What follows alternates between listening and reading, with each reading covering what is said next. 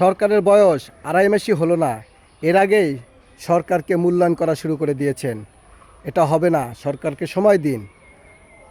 আপনারা সরকারের সমালোচনা করবেন এবং সেই সমালোচনা করতে হবে গঠনমূলক সমালোচনা। সরকার যদি দেশবিরোধী কোনো কাজ করে সেটার সমালোচনা করতে হবে, কঠোর হস্তে দমন করতে হবে দেশবিরোধী কোনো কাজে গেলে। কিন্তু আপনারা সরকারের যখন তখন সমালোচনা শুরু করে দিয়েছেন। ভালো কাজের সমালোচনা করছেন, খারাপ কাজের সমালোচনা করছেন।